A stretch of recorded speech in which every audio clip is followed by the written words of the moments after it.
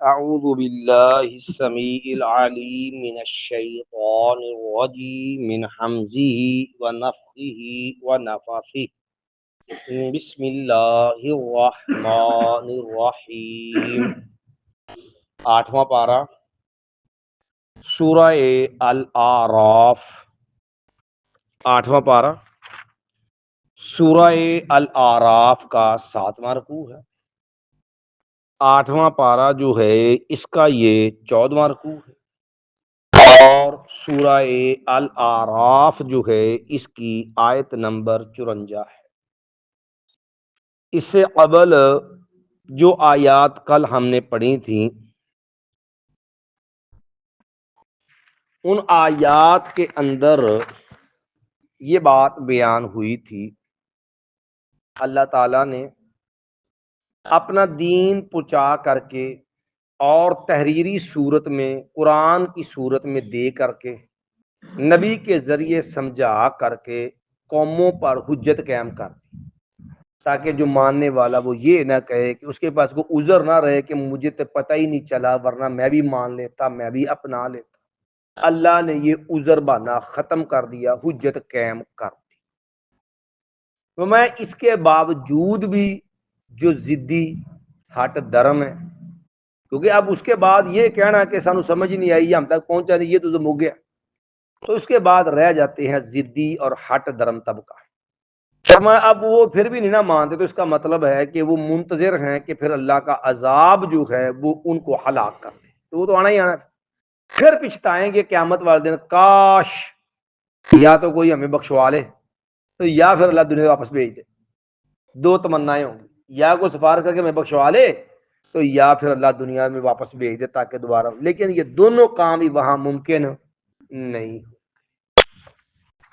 آج جو آیات ہیں ان آیات میں اللہ رب العالمین کی صفات اور اس کی جو ہے وہ عظمت کا تذکرہ ہے کہ اللہ نے آسمان و زمین بنایا، اور یہ نظام جو اللہ چلاتا ہے، جو اللہ کے الہ ہونے کی، معبود ہونے کی دلیل ہے۔ فرمایا ان ربکم اللہ الذی خلق السماوات والارض فی ستۃ ایام،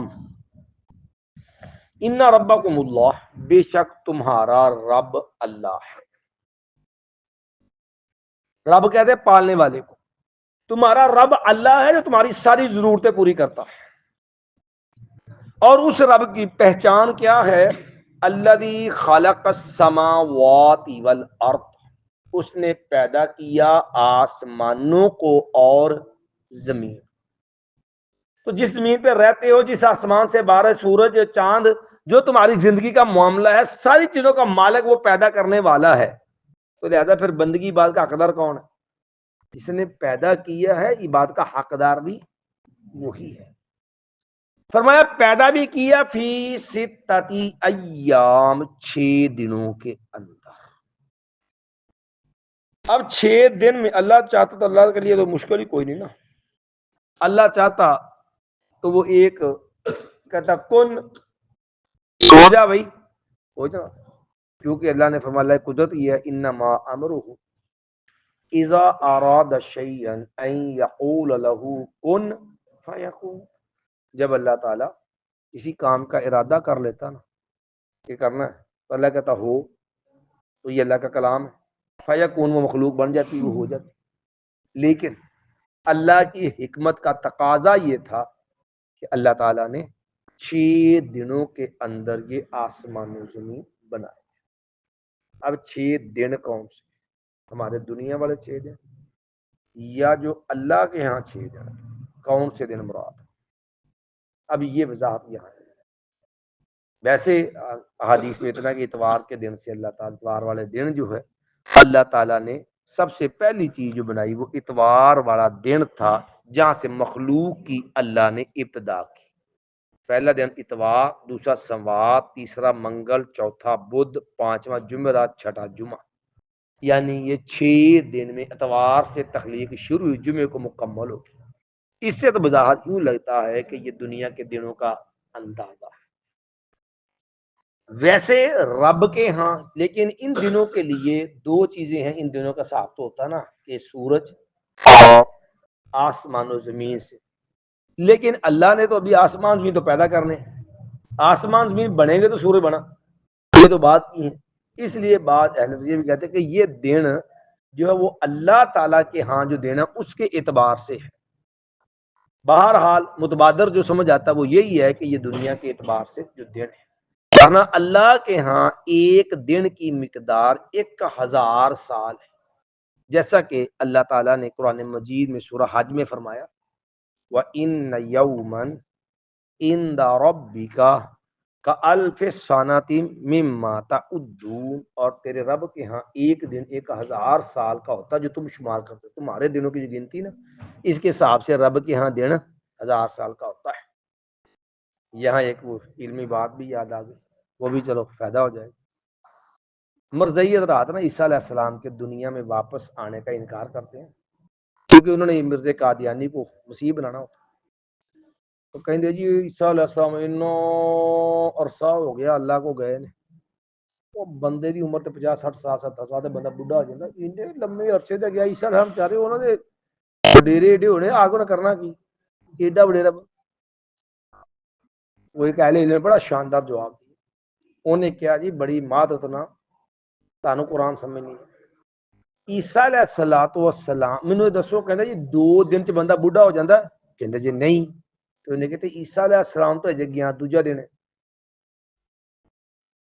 عیسیٰ علیہ السلام تے اللہ کول گیا ہجے دوجا دن، انہیں کیا وہ کیویں، انہیں کیا اللہ دے ہاں ایک دن 1000 سال دا ہوندا ہے، وَإِنَّ يَوْمًا عِندَ رَبِّكَ كَأَلْفِ سَنَةٍ مِّمَّا، اور ایک دن تیرے رب کے ہاں 1000 سال کا ہے تمہاری گنتی کے حساب سے، تے 2024 ہے تے 1000 سال دا ایک دن تے 2000 دوجا دا تیجا شروع ہویا جے، تیجے دن دے 4 جی سال لگے نے، تے 2 دن تے نہیں بندہ بڈھا ہوں، جتھے گیا دن بھی تو اتنے شمار ہونے نے نا، تے اوتھے تے 2 دن ہوئے نے گیا نو، تے 2 دن تے بندہ بڈھا ہوندا ہی کوئی نہیں، بہت اللہ جی کفار۔ چلی بہرحال جی، تو خلق السماوات والارض فی 6 ایام، اس نے پیدا کیا آسمان و زمین کو 6 دن، تو یہ اللہ کی حکمت ہے، اور خلق ابداع اتوار سے تکمیل جمعے کے دن۔ ثم استوى علی العرش، استوا کا معنی ہوتا ہے بلند ہونا، عرش پر بلند ہونا، اللہ پھر وہ بلند ہو گیا عرش پر۔ یہاں 2 چیزیں سمجھنی ہے، یہ عقیدے کا بڑا بنیادی مسئلہ، بڑی امت کلمہ پڑھ کے بھی اس مسئلے میں بدترین گمراہی پہ کھڑی ہے، کفر پہ کھڑی ہے، کلمہ پڑھ کے بھی مسلمان کفر پہ کھڑے ہیں، قرآن پہ یقین نہیں۔ نمبر 1، عرش اللہ کی مخلوق ہے، سب سے پہلے اللہ کے عرش سے پہلے 2 چیزیں تھیں، اللہ نے جب عرش پیدا نہیں، سب سے پہلے جو چیزیں پیدا کی نا وہ قلم ہے، لیکن قلم سے پہلے یہ 2 چیزیں تھیں، ایک پانی، ایک اللہ کا عرش، کیونکہ پہلے اللہ کا عرش پانی پر تھا،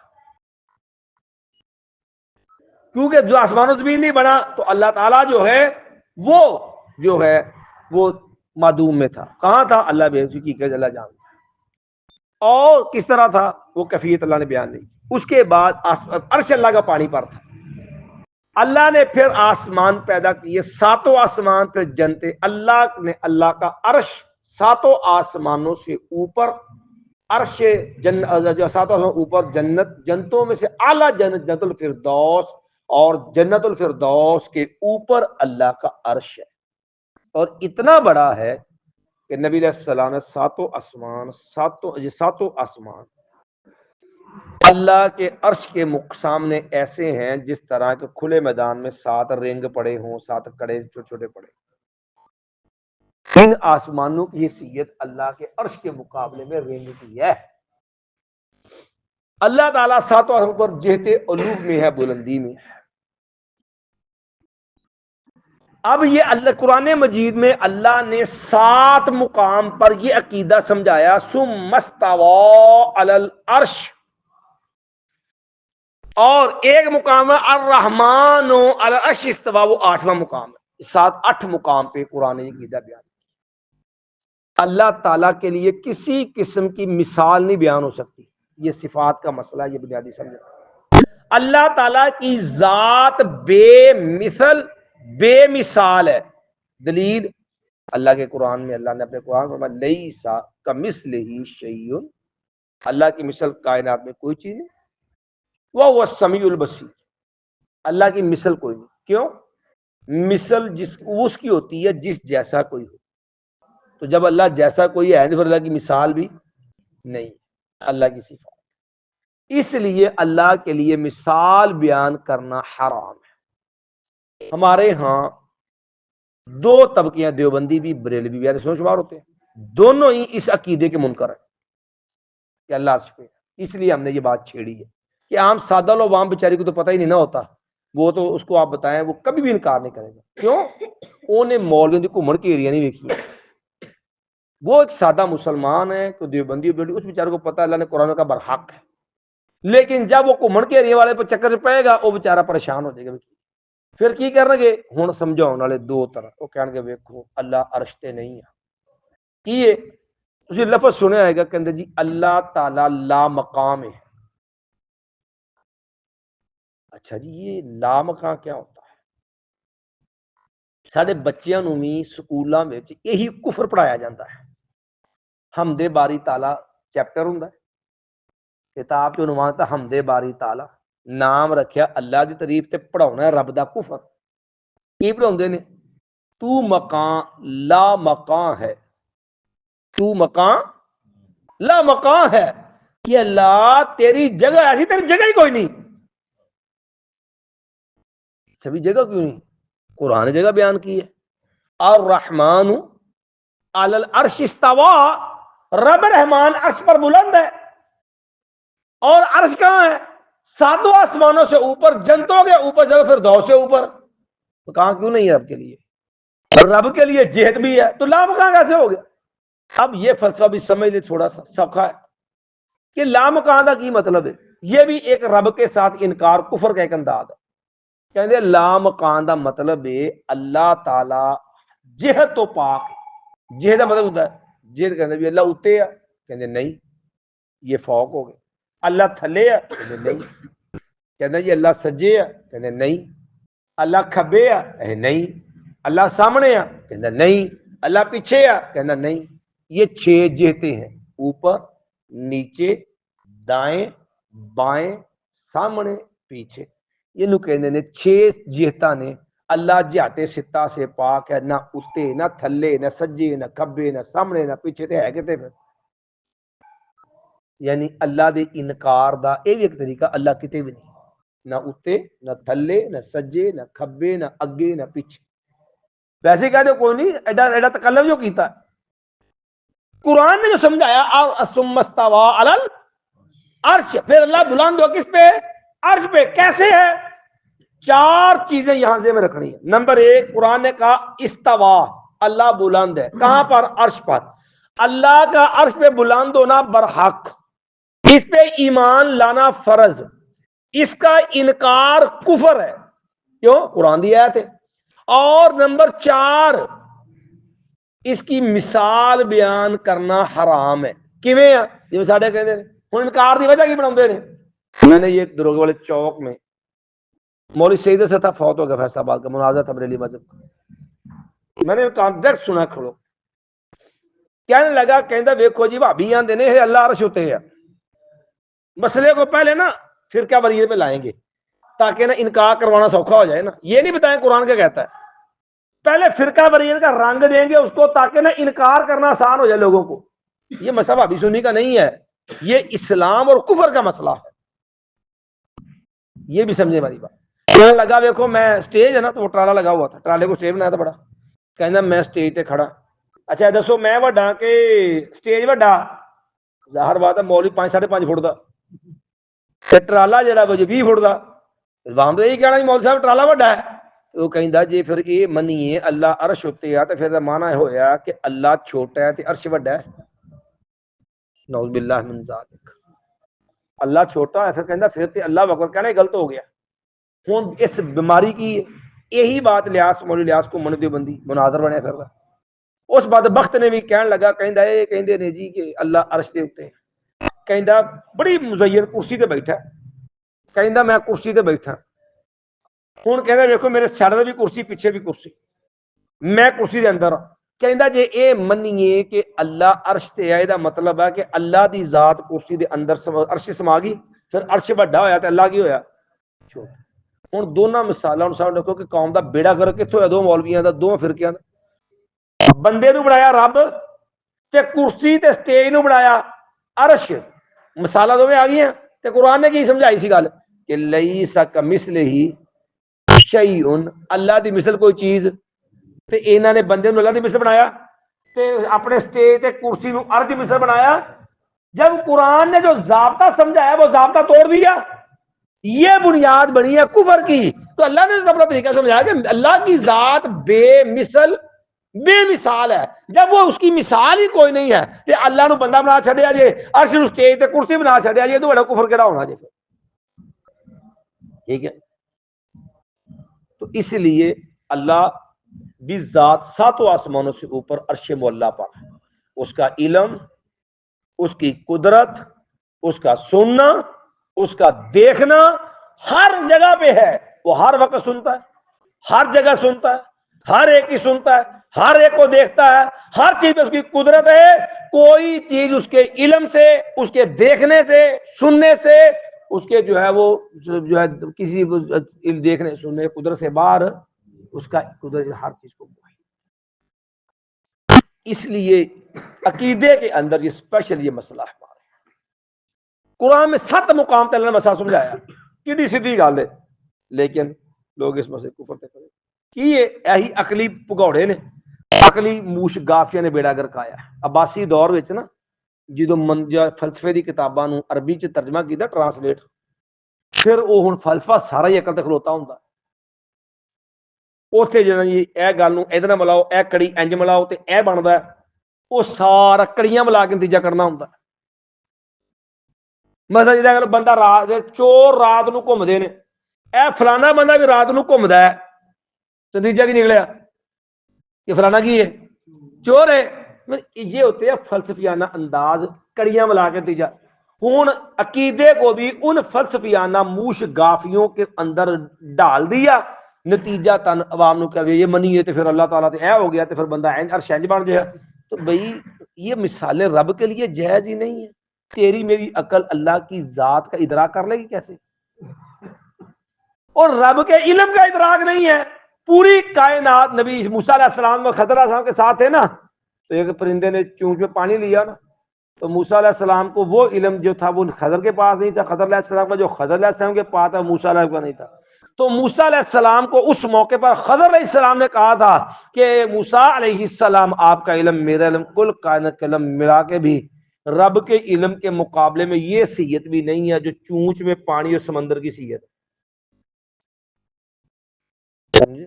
اس لیے حالانکہ اگر جو ہے اللہ تعالیٰ آسمان دنیا پہ بھی آتا، آنا برا کر کیسے آتا؟ جیسے اللہ کی شان کے لائق ہے، ہم مثال بیان نہیں کرتے، جو قرآن نے بیان کر دیا ہماری سر آنکھوں پہ، جو رسول اللہ نے بتا دیا رسول اللہ تعالیٰ کے بارے میں ہماری سر آنکھوں پہ، اس کو ایمان کہتے ہیں۔ اپنی عقل قرآن کے تابع رکھتے ہیں، اپنی عقل نبی کے تابع رکھتے ہیں، اس میں سلامتی ہے، ورنہ بندہ گمراہ ہو کے جو ہے وہ کفر پہ چلا جاتا ہے۔ تو یہ جو لامکان کا عقیدہ یہ کفریہ عقیدہ ہے، یہ انکار ہے۔ اسی لیے امام ابن ابی العز رحمت اللہ علیہ نے یہاں بڑی پیاری ایک مثال دی کہ یہ عقیدہ صرف یہ نہیں ہے، یہ عقیدہ سے رسول اللہ قرآن نے دی ہے، سابقہ نبیوں کا بھی یہی عقیدہ تھا کہ اللہ آسمانوں پر ہے۔ کہتے تھے موسیٰ علیہ السلام کو فرعون نے کیا کہا تھا؟ فرعون نے اپنے وزیر حامان سے کہا تھا یا حامان نبل لی صرحا، کہنے لگا حامان کو بنا یار کو سیڑھیاں کو مال لعلی ابلغ الاسباب اسباب السماوات، میں ادھر اوپر چڑھ کے دیکھوں کہ جو ہے لعلی اطلع الی الہ موسیٰ، میں دیکھوں موسیٰ کا رب کدھر ہے، انی لاظنہ کاذبا، من لگدا انجے کہ ماد اللہ موسیٰ علیہ السلام جھوٹ بول دے کہ اتنے رب کدھر، میں کہا کتنے رب؟ اب اگر موسیٰ علیہ السلام کا یہ عقیدہ ہی نہیں کہ میرا اللہ آسمانوں کے اوپر ہے، تو محل کا بنا کے تاؤں تو چڑھنا کا سیڑھیاں بنا کے چڑھنا کتنے سی؟ تو امام ابن ابی العز نے بڑی شاندار بات لکھی، کہنے لگے جو اللہ کے عرش پر ہونے کا عقیدہ رکھتا ہے وہ موسوی ہے، کیونکہ موسیٰ کا عقیدہ میں اللہ ہوتے ہے، اور جو عرش پر ہونے کا منکر ہے وہ فرعونی ہے، کیونکہ فرعون کی سی منکر تھا۔ اور یہی عقیدہ صحابہ کرام کا، یہی عقیدہ رسول اللہ کا تھا. نبی علیہ السلام کا بی بی آ گئی، ایک صحابی آیا، کہنے لگا یا رسول اللہ، کہنے لگا یا رسول اللہ صلی اللہ علیہ وسلم میری لونڈی ہے، میں نے آزاد کر، آپ میرے پاس لے آیا. آپ نے اسے عقیدے کے 2 سوال کیے. پہلا سوال کیا این اللہ، اللہ کہاں ہے؟ اس بی بی نے کہا اس نے کہا جی قالت فی السماء، اس نے کہا اللہ آسمانوں پر. کہاں پہ ہے؟ آسمانوں پر. رسول اللہ صلی اللہ علیہ وسلم دوسرا سوال کیا اس عورت سے، آپ نے پوچھا من آنا، اس لونڈی سے پوچھا میں کون؟ اس نے کہا انت رسول اللہ، آپ اللہ کے رسول ہیں. نبی علیہ السلام نے فرمایا صحیح مسلم میں یہ دی آتے کہا فَإِنَّهَا مُؤْمِنَةٌ، آپ نے اپنے صحابی کو کہا اس کو آزاد کر دے، یہ مومنہ ہو. یہی عقیدہ کہ اللہ آسمانوں کے اوپر. اس نے نبی نے سوال کیا اللہ کتنے؟ اللہ کا نظریہ کی ہے ہر شے اللہ ہے، ہر جگہ دے اللہ ہے. ٹھیک ہے، ساڑھے صوفیہ نے ہر شے بنا دی نا، ٹا دے مسجد، ٹا دے مندر، ٹا دے جو کو ٹہندا ہی، پر ایک بندہ دل نہ ٹاوی، دل وچ رب رہندا ہی. اللہ دل چ نہیں رہندا، اللہ آسمانوں کے اوپر عرش پال ہے. یہ صوفیاں نے جڑے کھچا نے نا گپاں، انہاں امت دا بیڑا گرک آیا ہے. ٹھیک ہے جی، یہ تو مسئلہ ہے نا. پھر اس کے بعد اللہ ہر جگہ تھے، اللہ ہر جگہ پہ نہیں، اللہ آسمان کے اوپر. اللہ کا علم، اللہ کی قدرت، اللہ کا دیکھنا، اللہ کا سننا ہر جگہ سے. اللہ ہر جگہ دیکھتا ہے، ہر جگہ سے سنتا ہے، ہر جگہ ہر چیز اللہ کی قدرت کے اندر ہے، ہر چیز کو اللہ جانتا ہے. اور پھر آخری چیز جو ہے ازواج مطہرات کا بھی یہی عقیدہ ہے کہ اللہ مخلوق نہیں، مخلوق میں نہیں، ہر جگہ نہیں. ماں زینب رضی اللہ تعالی عنہا جن کا نکاح پہلے سیدنا زید سے ہوا، پھر طلاق ہوئی، پھر رسول اللہ سے ہوا، اور اللہ نے کیا وزوجنا، کہا اللہ نے قرآن سے کیا نا سورہ احزاب کہ ہم نے اس کو آپ کے نکاح میں زوجیت میں دے دیا، بیوی بنا دی. جب کہا ہم نے آپ کی زوجیت میں دے دیا تو ماں زینب باقی مائیں جو تھی نا ازواج مطہرات نبی بیوی انہوں کہا کرتی تھی، کہتی تھی دیکھو رشتے تہاڈے بھی رسولانا ہوئے اور رشتہ میرا بھی ہوا، پر میرا تھوڑا ایک فرق ہے.